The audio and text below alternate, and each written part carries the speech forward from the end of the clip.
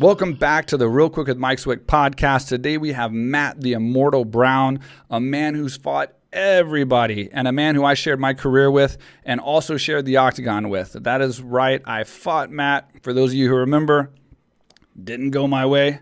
So I'm not going to try to convince you otherwise for those of you that don't remember. But yeah, it was a great fight, to be honest. Like it was, it's not just the result that makes a fight. It's the build up, it's the anticipation, it's the excitement. He's a great competitor that I always wanted to fight up until that point. I think he probably felt the same way. Similar styles, kill or be killed. We knew someone was going down for sure. And when you go in there like that, that alpha tension is just, it's something you can't feel anywhere else. It's like two animals going in there and fighting each other. So I think, for that reason, we both kind of enjoyed that fight. Obviously, he enjoyed it more because he got the win. But, either way it went, it was cool to get in there with this guy. And he's a great guy. I want to see what he's been up to. I haven't really talked to him, to be honest with you, a lot since then. So it's going to be cool to catch up to him and see what he's up to, see what he's been doing. He's had a lot of fights since we fought. So we're not going to obviously cover all of it, but we can definitely cover some of it. And he's got a huge fight coming up that just got booked. I'm not sure if it's signed for sure. We'll find out today, but I'm pretty sure it's signed. It's all over the internet. Him and Carlos Condit. What a great opponent. I love Carlos Condit too. Very scrappy fighter who's just another guy who's fought everybody. I mean, this is just an unbelievable match at an unbelievable time in both of these guys' careers, and it's going to be a phenomenal fight coming up on January 30th. So we're getting ahead here, and we're going to talk to Matt right here as he's starting his fight camp, getting ready for this fight, finding out what he's been doing, what he's been up to, how he's preparing for this fight, and I'm sure we'll get into a lot of other stuff. So let's talk to Matt. All right, Matt, welcome to the show, bud. Thanks for having me. It's been a while, man. I think the last time I saw you, you were beating the shit out of me in the octagon. So this is a little bit better. Yeah, that's what we do, though, right? Yeah, it was fun. It was a fun night, kind of, for a while. For me, more fun for you. More fun for you. How's everything going up there, man? Really good. Just getting into shape, man, and just getting back and just trying to deal with this corona bullshit and trying to keep the gym alive so I can train my balls off so I can whoop this motherfucker's ass, man. Yeah, I'm going to get into that for sure. So how is the COVID thing happening up there? Or not happening, but how is it like affecting you guys? Is it like, are there strict guidelines and how are you getting your training in and everything? I've been training the whole time through it. So I just didn't really, I'm not one of those guys that's like scared of getting sick or anything like that. In terms of my gym, though, it kind of fucked my gym over, like it left us hanging. And, we were very, very close to shutting down. Fortunately, I just got a lot of members that were supportive through the whole thing. And,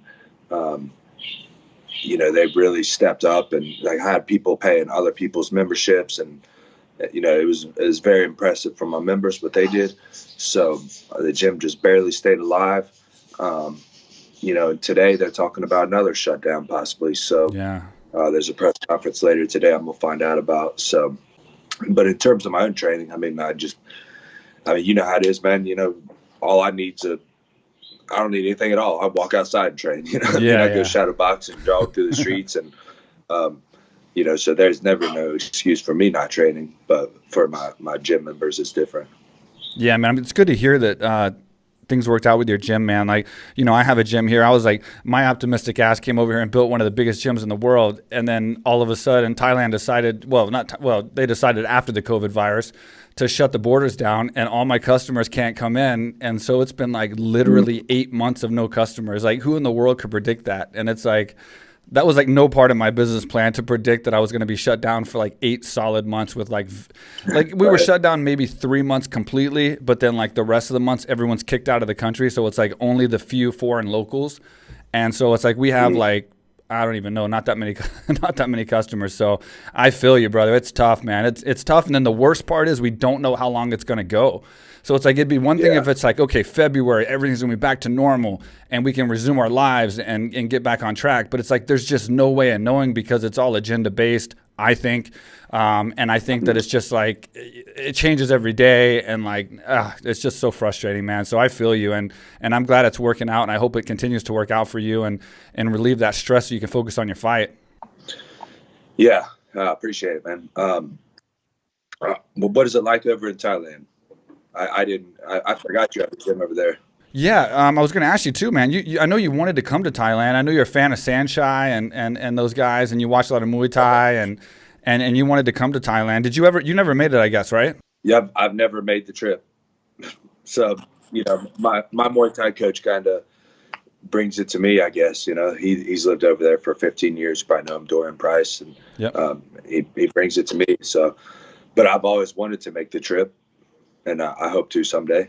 Yeah, so I'm in Phuket. So it's like an island kind of in the south of Thailand, and it's kind of like the fight. Man, it's like for sure it's 100% the fight Mecca of the world. Like, it's hard to explain, but it's like Fight Island, like the real Fight Island. I mean, it's like, it's one island, and there's more gyms and fight organizations and teams, and it's literally like, that's why we built here. Obviously it's got, not only is it Fight Island where so many, not only fighters, but just fitness enthusiasts. You get a lot of the CrossFitters and the people that are wanting the healthy lifestyle and train hard and do the CrossFit type workouts. So you got like those guys, you got the alpha male fighters and female, obviously.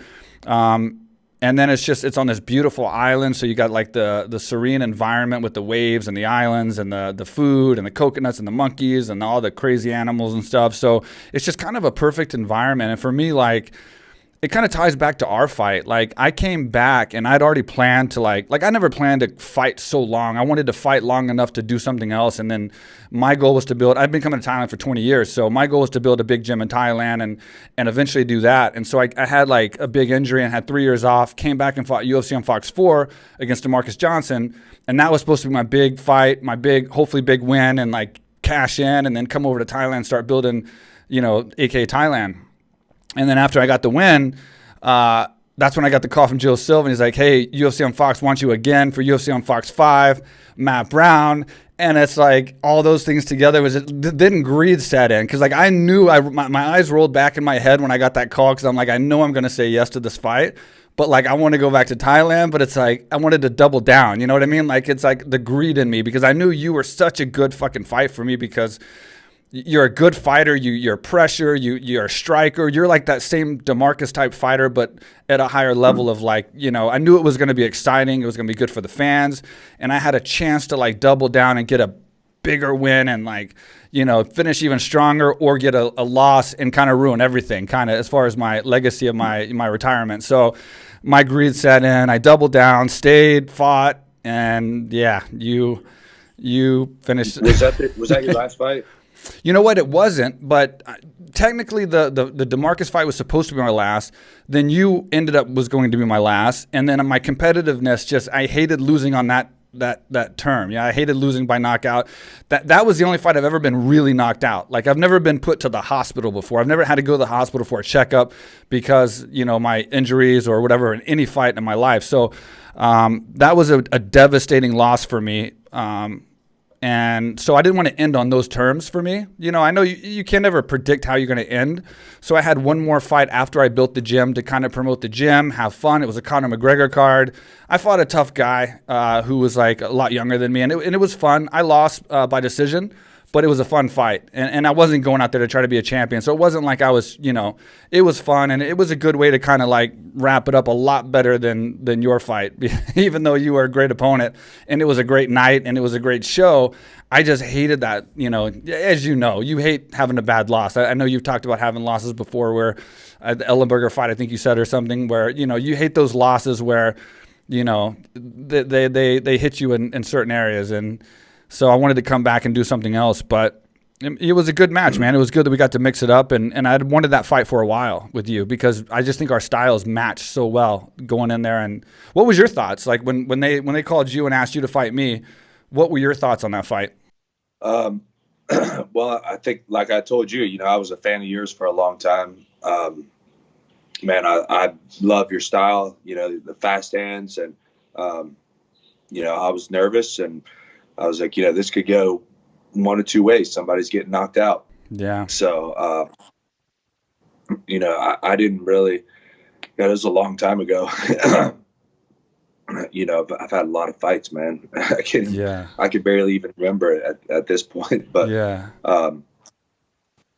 If I remember right, I mean, I just had a perfect camp straight through, man. You looked good, man. From what you kind of didn't, and that's that's why it's hard to bet on this sport, man. You can wake up on the wrong side of the bed, and you could do perfect for 6 months, and then you wake up on the wrong side of the bed one day and have a bad night, or two people could fight at 8:00 and one guy wins at 8:30, a different guy would have won. It's just you got 15 minutes to get in there and get it done, and so I don't try to cheer on my victories too much, and don't take the losses too hard, and just move forward, and just bite down my mouthpiece and keep moving forward, man. That's all I can do. And like I'm coming off a big loss right now, and that was probably the most devastating loss of my career. Like it was during the coronavirus first shutdown shit, and and that shit really, really fucked with me hard, man. Like I was going, I mean, I could go through the long ass story and everything, but I wasn't ready for that fight, and that's what hurts, right? Like I'm sure you understand. When you're not ready, that's what fucks you up, man. Absolutely. I've had some fights where I was ready and lost, and it didn't bother me. I said, okay, I did the best I could. When you're not ready, it sucks, man. So now I'm just, again, biting down my mouthpiece, walking forward, and this time Carlos Condit's going to get it. So who cares what happened in the past, man? I'm going to move on and knock this motherfucker out and go forward. Yeah, how did this? So I know that like you had this last fight, and first of all, I want to ask you how you're coming back over this fight. I mean, you've came off of losses great and off of wins great. I mean, you've had so many fights. I mean, and since our fight, and like you said, you've had a lot of fights, man. It seems like since we fought, I was at the end of my career. I was ready to get out. My mind was in Thailand, so I was like, you made it even faster for me to get on that plane and get the fuck out of America and leave the UFC. That was not a good experience. I was like, I had no problems leaving after that. But you just went on a tear. Like you were fighting the biggest names and just kept going. Like you were just fighting everybody. How do you overcome this last fight and get prepared mentally for someone like Carlos? And how is Carlos different now in your like where you're at in your career and he is at in his career compared to if y'all had a fought when y'all were supposed to, what, 1 or 2 times before, like 2 years ago or something? Twice. Yeah. So twice before. Yeah. And I got hurt both times. So that's my bad that it didn't happen both times. I think the last one was 3 years ago. I tore my ACL. The one before that was like 5 years ago. I herniated a disc in my back the week before. Yeah, so I don't know. I mean, I'm ready this time. I'm in a better place than I've been in a long time. I don't know where Carlos is at. He looked pretty decent in his last fight. He didn't look like he was the way that he was 5 years ago or 4 years, whatever, back in his prime. So I think a lot of people are thinking that I'm probably out of my prime, but I think I have a better group around me than I've ever had.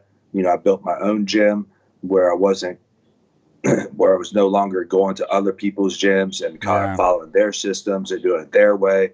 I built my own gym. We're doing it my way. I got the people around me that I have hired or consulted with to bring in. We're doing it my way, and we're doing it hard as fuck. And like I said, I'm gonna be in a better place than I've ever been in. So whatever happens. But I'm gonna be in a good place, and I'm gonna go in there and I'm gonna put it on them. Yeah, and so getting over this last fight, like obviously, I know you're a fighter, so you understand you can't talk about crazy, excuses and all that. We have to just suck it up, which is what makes our job so unique. But given, I assume there's things that went wrong and went maybe not right or out of place or whatever for certain camps and that camp or whatever. Are you doing everything to focus on making sure everything goes right for this camp? I know you have a couple months to go, and are you in a position to make everything kind of happen right so you can show up and fight how you feel the most comfortable and the best of your abilities? Yeah, that's exactly right. And, I could sit here and go through all the reasons that I lost the last fight, but if I if I mention them as reasons, then they're taken as excuses Absolutely. to everybody else. So I don't give a fuck. The past does not indicate my future. Absolutely. It happened.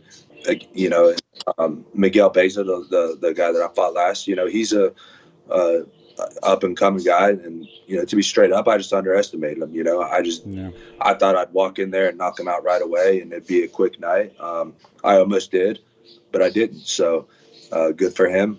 I hope he does great things. I hope he has a great life, and I'm gonna make sure it doesn't happen to me again. Yeah, I'm excited for this fight, man. It's a crazy fight. I got Carlos coming on the podcast upcoming soon, but I'm super excited for you guys, man. Like this is a fight that could have happened at any time in all of our careers, and it just never did. So yeah. It's a great time for this to happen and to see you guys go in there and mix it up. What is it that motivates you the most at this stage of your career? Being that you've had so many fights and that you're 39, and what is it that motivates you the most as far as getting in there and winning this fight and beating a guy like Carlos? Probably my kids motivate me the most. I have 3 kids now, and I just love inspiring them. And every day I get up, excuse me, my throat's all fucked up today. My kids, man, they really they come to my gym almost every day, and they're just giving me a lot of motivation. They're inspiring me every day. So that's probably my big motivator. But ultimately, this is what I was meant to do. This is what I was born to do. So I just stay disciplined, and I do what I need to do to live the dream that I set out on, this path, 15, 20 years ago. Yeah. I'm just staying true to who I am, man. This is who I am. This is what I love doing. And, I'm going to do it till the fucking wheels fall off, man. Yeah. Yeah. Are your kids proud? Like, are they excited to see you train and see you fight and stuff? Like, I assume they are, of course. Love it. They're into it, huh? It's nothing like having the kids in the gym and watching me train. And, yeah. My daughter's, my daughter says it all the time. She's only 5 years old, and she's always talking about how I'm gonna beat up Carlos Condit, and there's no motivator like that, man. Yeah. Yeah, it's crazy, man. And what do you think about like the guys that are coming up now? Obviously, we saw the resurgence of Masvidal in this division, and he's an old schooler like us who just kind of had a great 2019, had a huge fight with Usman, got a huge draw on pay-per-view and stuff like that. What do you think about these guys at the top now with because you were there after you fought me, fighting these top guys, Robbie and all them. What do you think about Masvidal and Usman being at the top and Colby, like these guys that are up there now? It's a different world now, right? Yeah. The whole scene has changed, man. There's a lot of promotion going on. There's a lot of shit talking and personalities being magnified through the UFC. There's a lot of this, and that's cool. I don't really, to be honest, I don't really pay a ton of attention to everything. I love watching the fights. I still love the sport to death. This is all I do, but my focus a lot now is a lot more on myself and hardening myself and growing every day, man. And that's what it's really about. And I think that takes I don't know. For me, it took years of wisdom to learn that, right? Instead of when I was a kid, I was or younger, I should say, I was caught up in everything. Especially you start getting up there in the top 5, you're just caught up in the whole scene, and now I'm like, dude, I don't even give a shit, man. I don't care what everybody else is doing. I don't care what people are saying or anything. Like I barely even do social media anymore. I'm just like, my life is on the mats, man. Yeah. And I don't care about the whole. I don't care about anything, man. I like being on the fucking mats and bleeding and sweating with my friends and. That camaraderie and that's what this shit it's all about. Yeah, and I feel like right now with both of y'all's careers where you're at, that's why this is going to be such a great fight, man, because you guys are fighting for the love of the sport. I mean, it's not like you're on title contention fighting for the title of the next fight where there's that pressure or it's like one fight or two fight, whatever the case. You guys are both legends of the sport that's been out there, fought everybody, and now you're getting to mix it up together. And like you have nothing but to enjoy it. I mean, that's you know what I mean? Like, it's not like, so it's got to be a fun fight. And it's two scrappy guys. I mean, you're talking about, I mean, to me, it seems like a really scrappy fight. Like, both of you guys must be going into this like, holy shit, man, both of you got to be a little bit nervous. I mean, both of you got very, very high knockout ratios. I don't think Carlos has been knocked out, and not that it matters. I mean, obviously anybody can get knocked out, but he's only had like a TKO, I think, to his leg or something, like 15. So it's like, it's a scrappy fight, man, and it's got to be exciting, and especially with the motivation that you have to just go in there and have fun and mix it up and not worry about any of this other stress and bullshit. No, that's exactly right. And, he's never been knocked out, but I think this will be the first time. And I think, everybody is excited. It's going to be a scrappy fight and all this and that, but I don't see it the same. I think it's going to be a dominant fight. I think I'm going to take him and put him where I want him, when I want him, and I'm going to finish him. Yeah, and you can do it, brother. Let me tell you, it makes you feel any better. I've only been knocked down twice in my entire career, and the only TKO I've ever lost to was I got knocked down, and I was still kind of going after Lieben, and then they stopped it. So you're the only person that's ever hit me with that power that's put me like clean out from the feet. So I have to believe you, and everyone that's listening, you definitely have that power. I've had 40 fights, amateur and pro, and I've never been hit like that. So yeah, you definitely, I don't think it matters the fact that he's never been knocked out. That it can happen to anyone at any time. What do you think about the UFC doing this COVID? And it looks like you're going to probably fight in Yas Island, I think, right? Fight Island, it looks like, for January 30th? I heard Las Vegas, but it might be Vegas?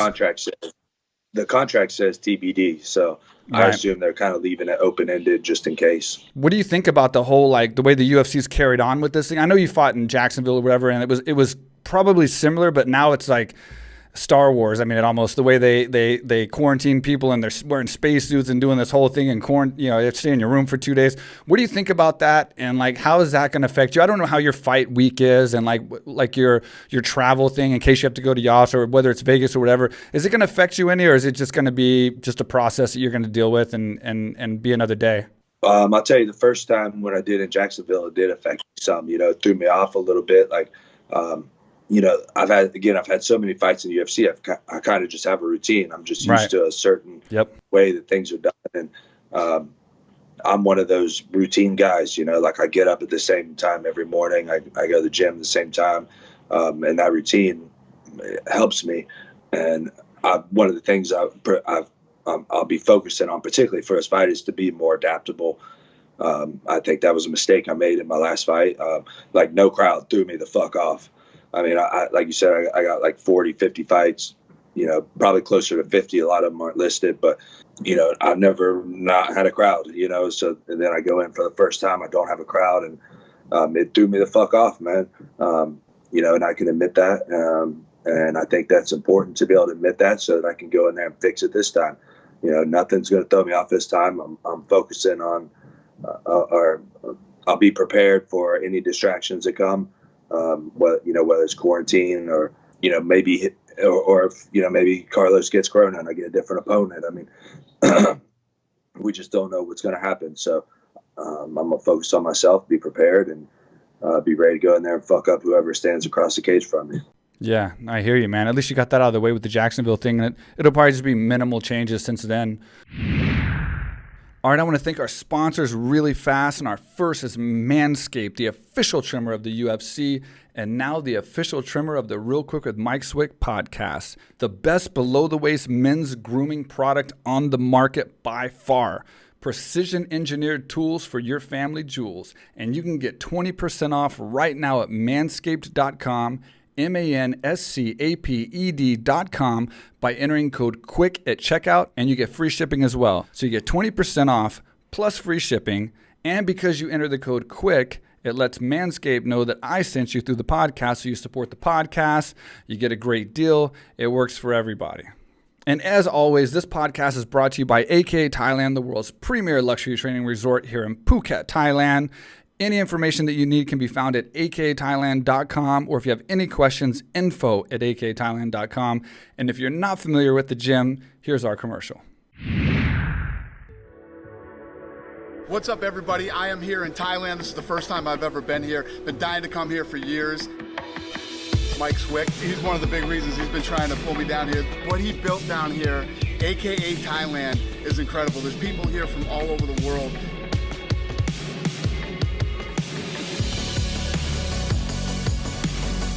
You can train mixed martial arts here, jiu-jitsu. They have weightlifting, they have cardio, and obviously they have Muay Thai, boxing, everything.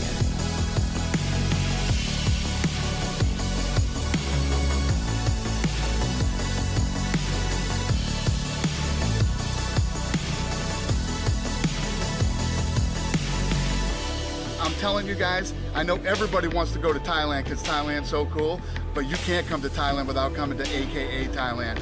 Come on.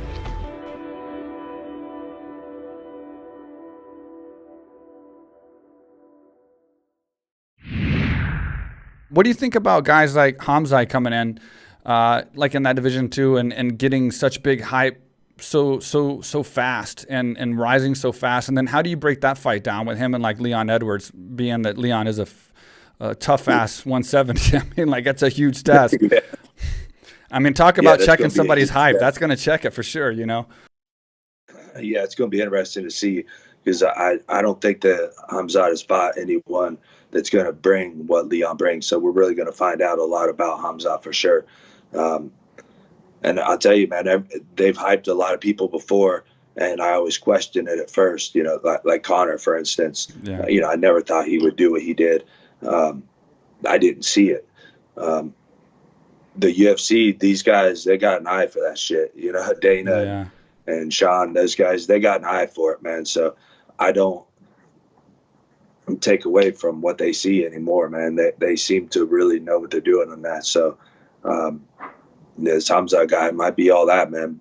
But if there's a guy we're going to find out if he's all that, it's going to be Leon Edwards. Absolutely. And props to Leon for taking that fight, right? Yeah. He did not need to take that fight, and you know, he deserves a bigger fight. And he seems like he's fine with it. He wants to prove.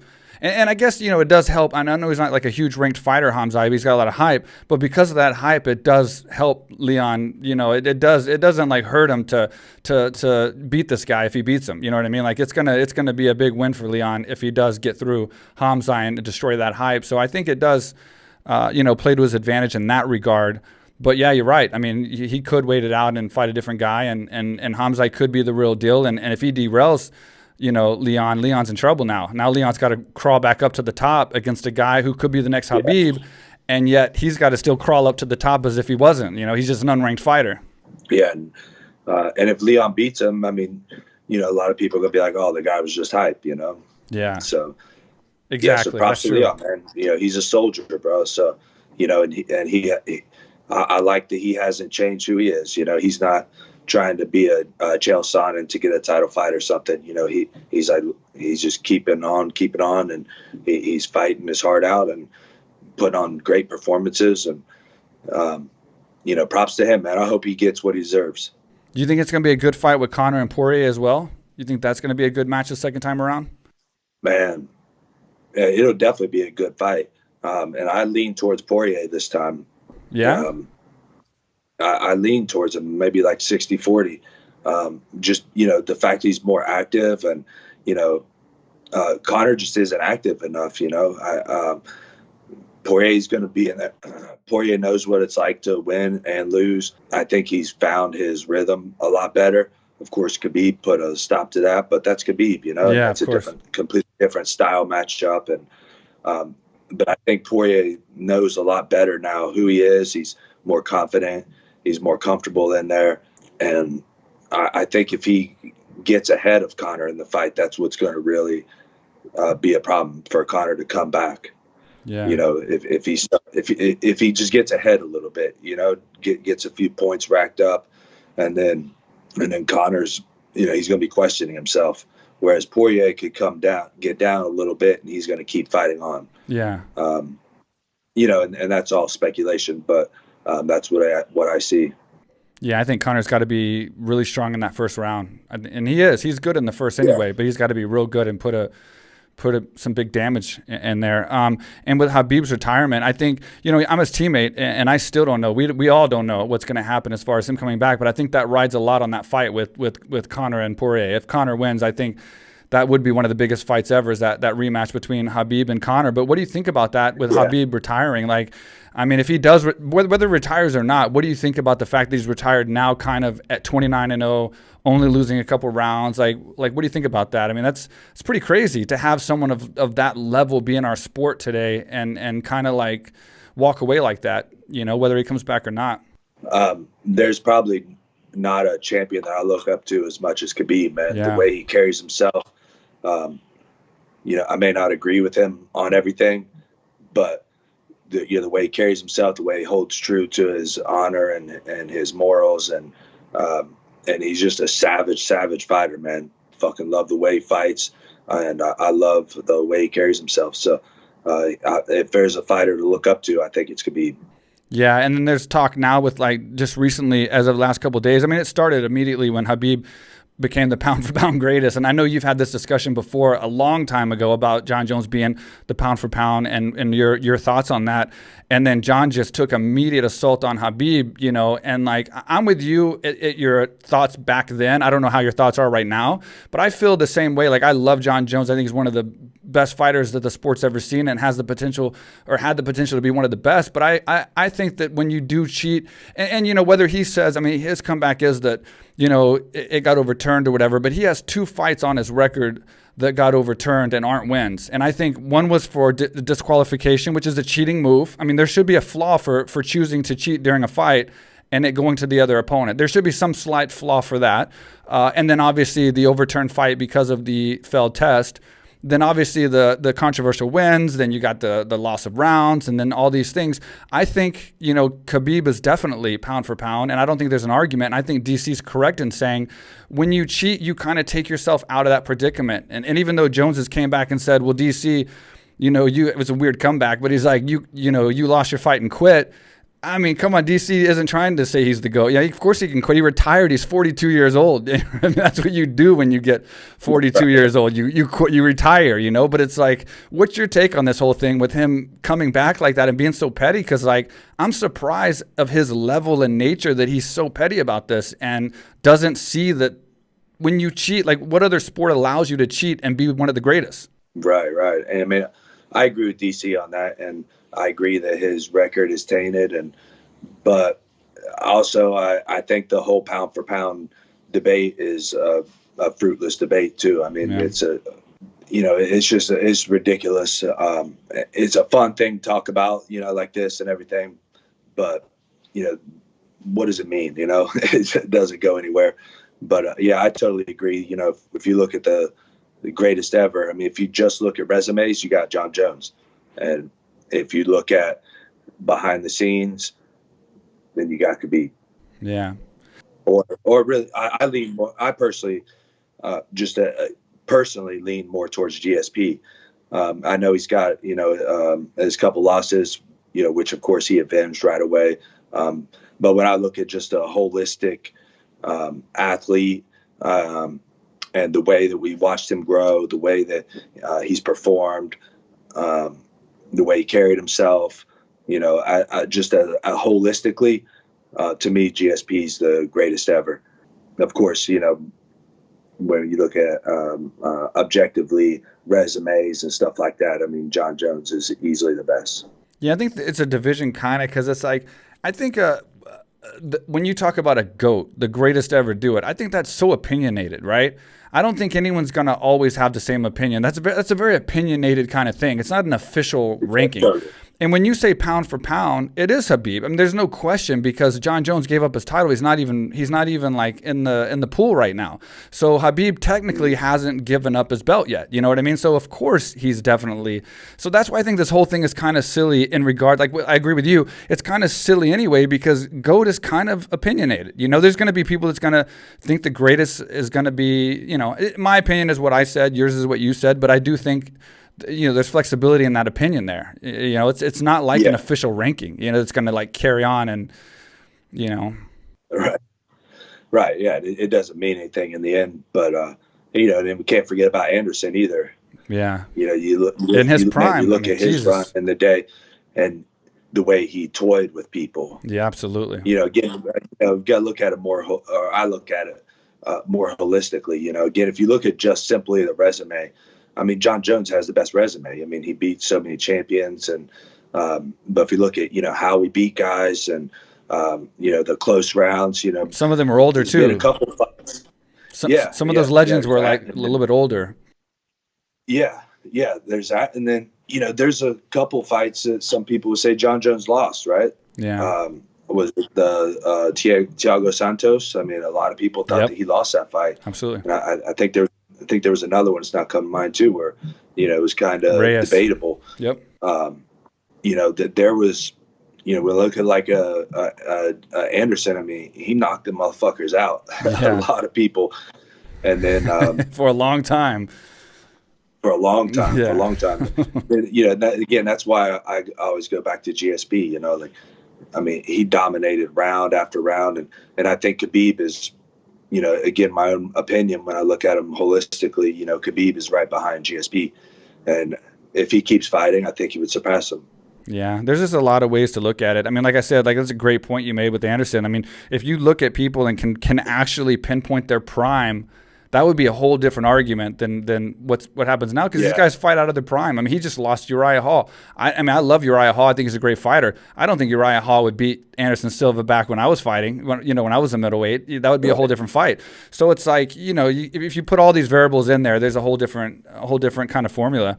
Two guys that I think you looked up to, probably, I assume you looked up to, we all did. What do you think about Mike Tyson and Roy Jones Jr. coming back, having this big fight this month? Like, what are your thoughts on that? Because they do look fantastic on the pads and in the gym. It doesn't mean everything, but like I'm kind of thinking it might be a decent fight. That could definitely be a decent fight. I've never actually looked up to Mike Tyson a lot. Really? I've always thought he's the most overrated boxer in the history of boxing. Oh, wow. Roy Jones, I've looked up to a ton. I think, you know, Roy's one of the best ever. You know, and these guys don't need to be fighting, man. I just hope no one walks out of that fight with brain damage. You know, I hope no one gets knocked out. I hope they put on a great fight and everybody enjoys it. But, you know, I got to hope the best for these guys, that they can, their brains stay intact after the fight. Both of them have taken enough damage throughout their careers. They don't need no more brain damage, particularly Roy. You know, that I hope they stay safe, man. Yeah.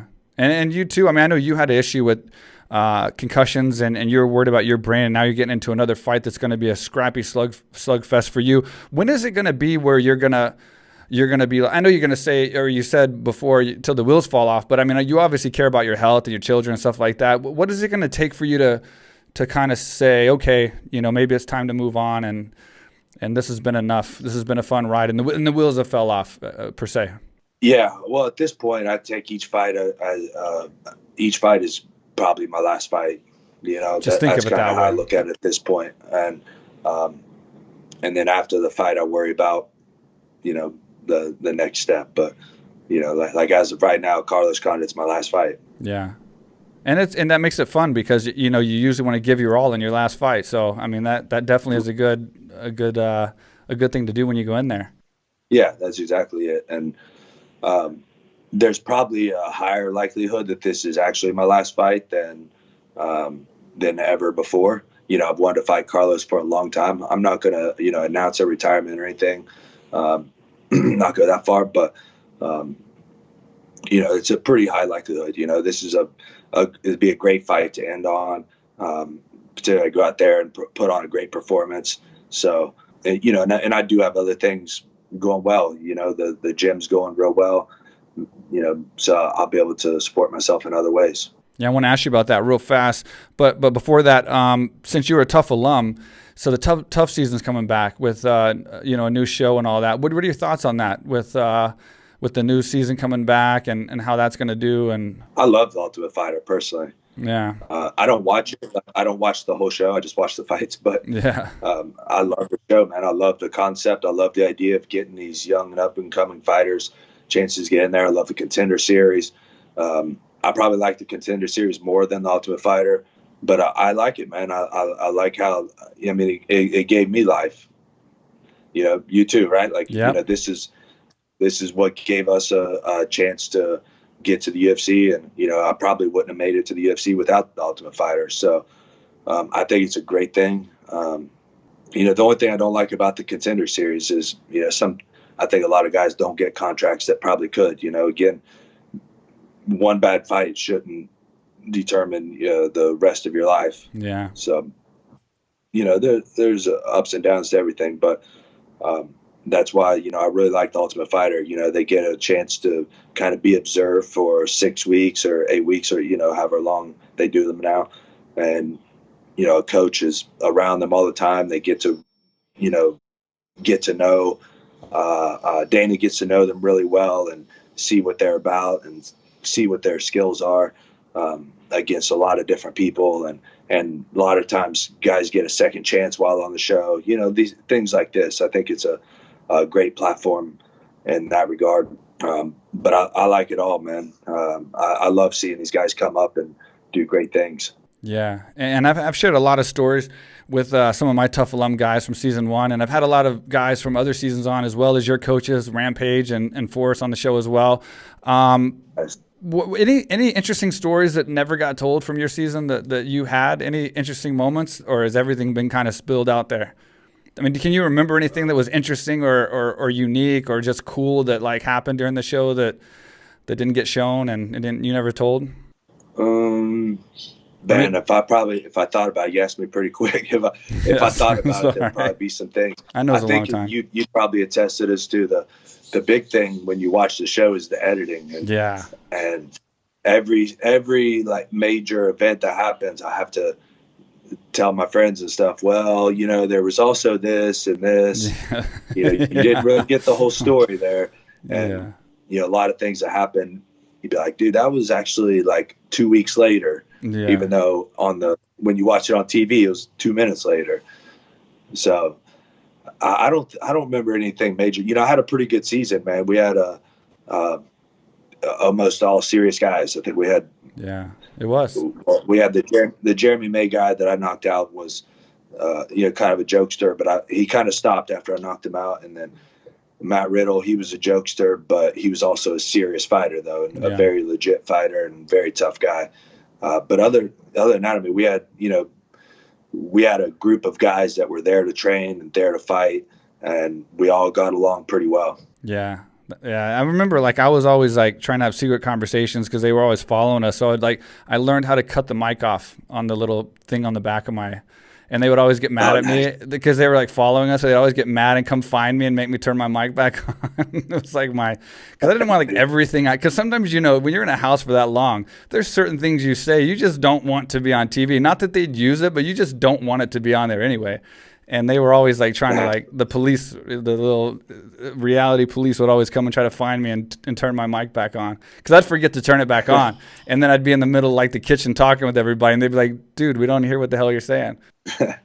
Yeah, I never figured that out. I wish I did. Yeah, I figured out day one, dude. That was my thing. So let me ask you, as far as your career, once it's over and once you get these fights out and however many it is, obviously you got some good fights in you and I'm excited for this one. What is your end game? What is it that, not necessarily maybe planned already, but what is it that would make you the most happy and you'd be the most passionate about doing when you're say 45, 50, where do you see yourself? What do you see yourself doing and enjoying kind of after this is all over with? I'd like to be coaching guys. I want to be involved in the sport and I want to stay on the mats and grind it out, sweating and bleeding with the guys. So I already got some up and comers that I've been coaching a little bit. Over the past few years, I've started coaching a lot more. And, I started realizing coaching isn't easy either. These guys are, fighters are difficult motherfuckers to deal with. Yep. And everybody wants to do their own thing and everybody wants to go different places. And, and I was that same guy, so I know how hard it can be. But ideally, that's what I'd like to do and build my gym and have a lot of good fighters come out of my gym. We got a lot of talented guys right now that are on their way up, some that are really close to the UFC and a lot of my long-term training partners. And, so that would be the ideal scenario. That could always change though, because, again, dealing with fighters can be a very frustrating experience. And sometimes I don't know if that juice is going to be worth that squeeze, but I'll have to see then. And that's the Immortal Martial Arts Center, correct? That's that's your gym. And yeah. Cool, man. Yes, and then, sir. are you also doing the gear still? Like you were doing some ice gear, right? Like Immortal Combat equipment, right? Like you were doing some kind of hammers, and are you still doing stuff like that? I stopped doing that about a year ago. Titan Fitness actually stole all my designs, and they were selling it for, somewhere around the cost that I was getting it made for. Wow. So, I did that business really as a hobby and just to kind of, it was something fun, like I grew up in a machine shop. My cousin owns a welding shop. I love working on stuff. I love being out in the garage and doing all that. So that was, I still build equipment all the time. I got some new designs. Maybe I'll put out there sometime. That's a really, really tough business. Yeah, of course.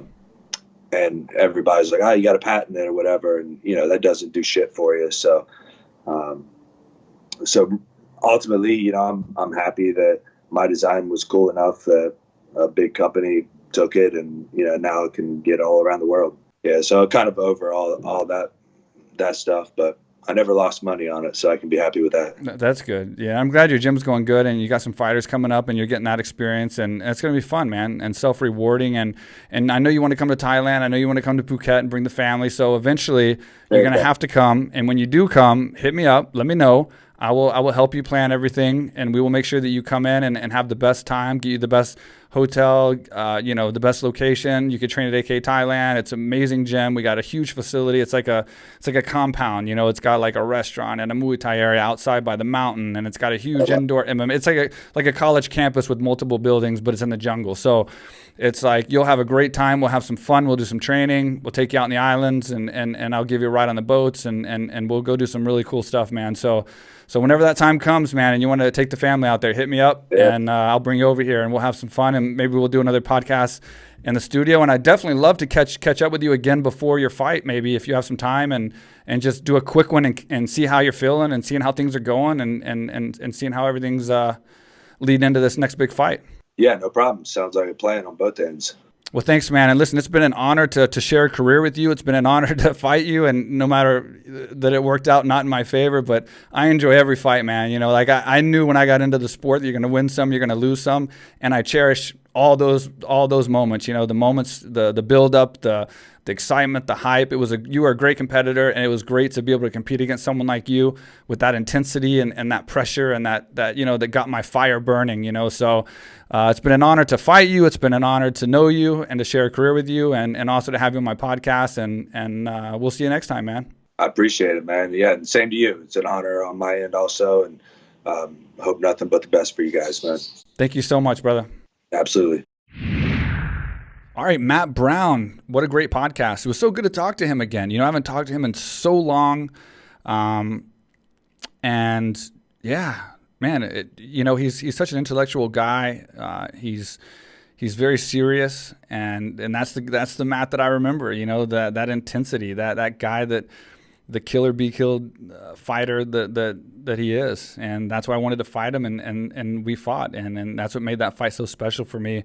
Win, lose, or whatever, it was still good. It was good to get in there. It's not always about the result. It's about the build-up. It's about the training. It's about just everything, that makes these fights memorable to me. And I think his mindset's good going into this Carlos fight. I think that's an amazing fight, as we talked about. These guys being where they're at in their careers, and Matt having that mindset of fighting every fight like his last. That's what got me through my fight with DeMarcus, and that's a dangerous thing. It honestly is. When I was fighting UFC on Fox 4, that was supposed to be my last fight, and I was supposed to fight that fight. Dana put me on the main card. I got bumped up. And it was a huge platform on Fox, and so the goal was to win this fight, win it in a huge dominating fashion, try to get knockout of the night, and then come here to Thailand and build AK Thailand. And so that was my mind. That was it. And so I was going to leave everything out there as if it was just, obviously it was my last fight in my mind. And it was my best fight, and it wasn't because I dominated the entire fight and just did so perfect. I looked far from perfect. I had 910 days off before that fight, 3 years. So I was very rusty. So it wasn't that I fought such a technical, great fight, But it was just that I had that mindset that Matt's talking about, which made it so dangerous. The beginning of the fight, I landed a big punch, almost got the win. I thought, he's just so tough. And then he came back and he beat me up, the end of the first round. And I had to go back to my corner, with my tail tucked, with him winning the round probably, even though I got that great first punch. And so there was that mentality of leaving it out there that caused me to go out there and land that big punch and get that big knockout, which was amazing. And I think, Matt having that mentality with his style is going to be very, very dangerous. And I think Carlos is going to be in that same predicament. I think he's going to kind of be in that same mindset. So this is a hell of a fight. And I think it might be even better now than it would have been 2 years ago. So I'm very excited to see what's going to happen. It seems like Matt's working on the problems that he had in his last fight, and he's got plenty of time to fix them. So 2 guys I'm fans of. Obviously, I have a little more history with Matt, and it was good to talk to him and catch up and talk about the fight and talk about what he's been up to, talk about the things that he's working on, and even the headlines and the new updates and the new up-and-comers and all the things that we got to cover. Hope you guys enjoyed it. Please leave a comment on YouTube. Let us know what you think. Subscribe, ring that bell. And we got some big podcasts coming up, so stay tuned.